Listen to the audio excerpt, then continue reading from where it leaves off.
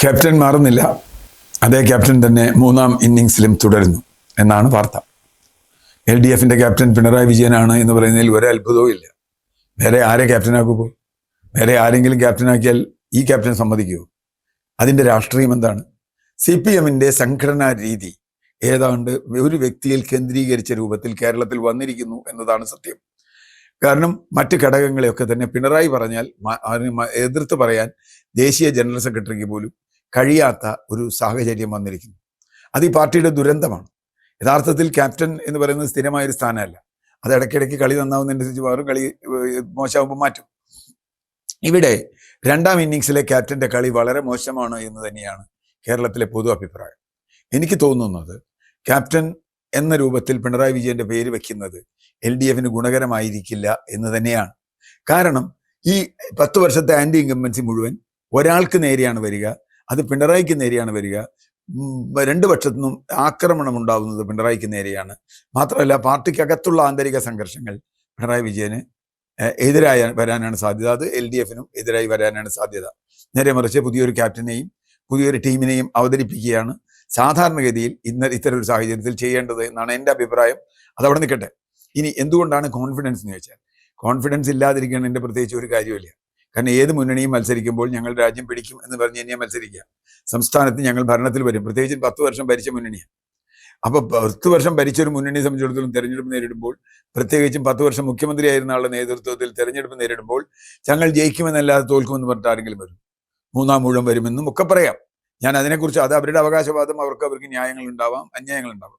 പക്ഷെ ഒരു സാധാരണ മനുഷ്യൻ എന്നുള്ള നിലയ്ക്ക് ഇപ്പോഴുള്ള ഗവൺമെന്റിനുള്ള ആന്റി ഇൻകംബൻസി പിണറായി ക്യാപ്റ്റൻ ആവുന്നതോടുകൂടി കൂടാനാണ് സാധ്യത എന്നാണ് ഞാൻ കണക്കാക്കുന്നത്.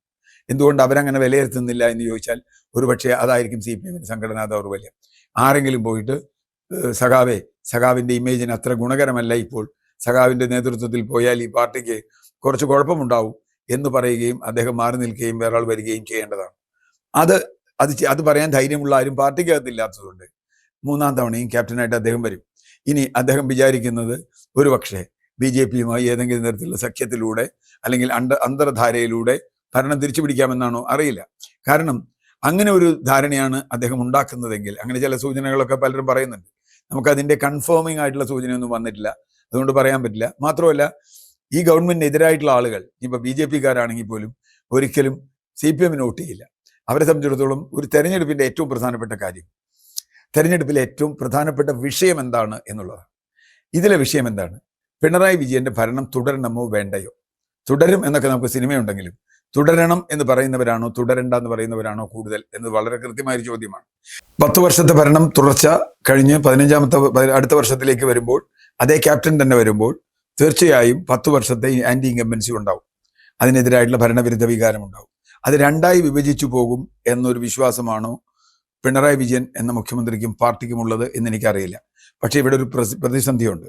കാരണം തീർച്ചയായും ഒരു തെരഞ്ഞെടുപ്പിലെ ഏറ്റവും പ്രധാന മുദ്രാവാക്യമായി വരിക എന്താണ് എന്നതാണ്. ആ മുദ്രാവാക്യം 3ാം പിണറായി സർക്കാർ വേണമോ വേണ്ടയോ എന്നാണെങ്കിൽ, വേണ്ട എന്ന് പറയുന്നവർ ഒരു പോയിന്റിലേക്ക് ഫോക്കസ് ചെയ്യാൻ സാധ്യതയുണ്ട്. കാരണം എന്താ വെച്ചാൽ, അങ്ങനെയാണ് നമ്മുടെ നാട്ടിലെ തെരഞ്ഞെടുപ്പിൻ്റെ ഒരു രാഷ്ട്രീയം.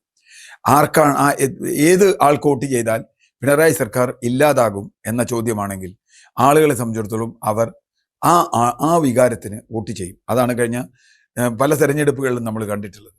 ലോക്സഭാ തെരഞ്ഞെടുപ്പിലും പഞ്ചായത്ത് തെരഞ്ഞെടുപ്പിലും നിയമസഭാ തെരഞ്ഞെടുപ്പിലും നമ്മൾ കണ്ടിട്ടുള്ളത്.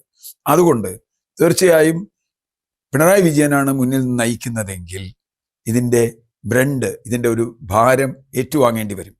കാരണം അദ്ദേഹത്തിനെതിരെയാണ് വലിയ തോതിൽ വികാരമുണ്ടായിട്ടുള്ളത്.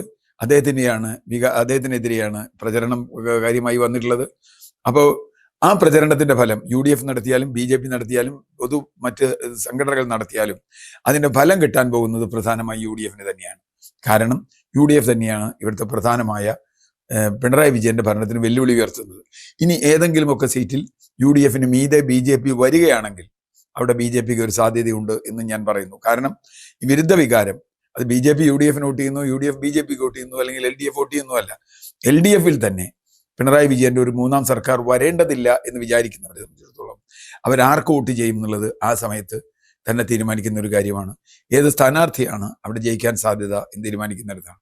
അതുകൊണ്ട് തന്നെ ക്യാപ്റ്റൻ മൂന്നാം ഇന്നിങ്സിലേക്കും മൂന്നാം തവണയും വരുന്നു എന്ന് പറയുന്നത് CPM-ന് ഗുണകരമാണോ എന്ന് പാർട്ടി ചിന്തിക്കട്ടെ. അല്ല എന്ന അഭിപ്രായമാണ് എനിക്കുള്ളത്.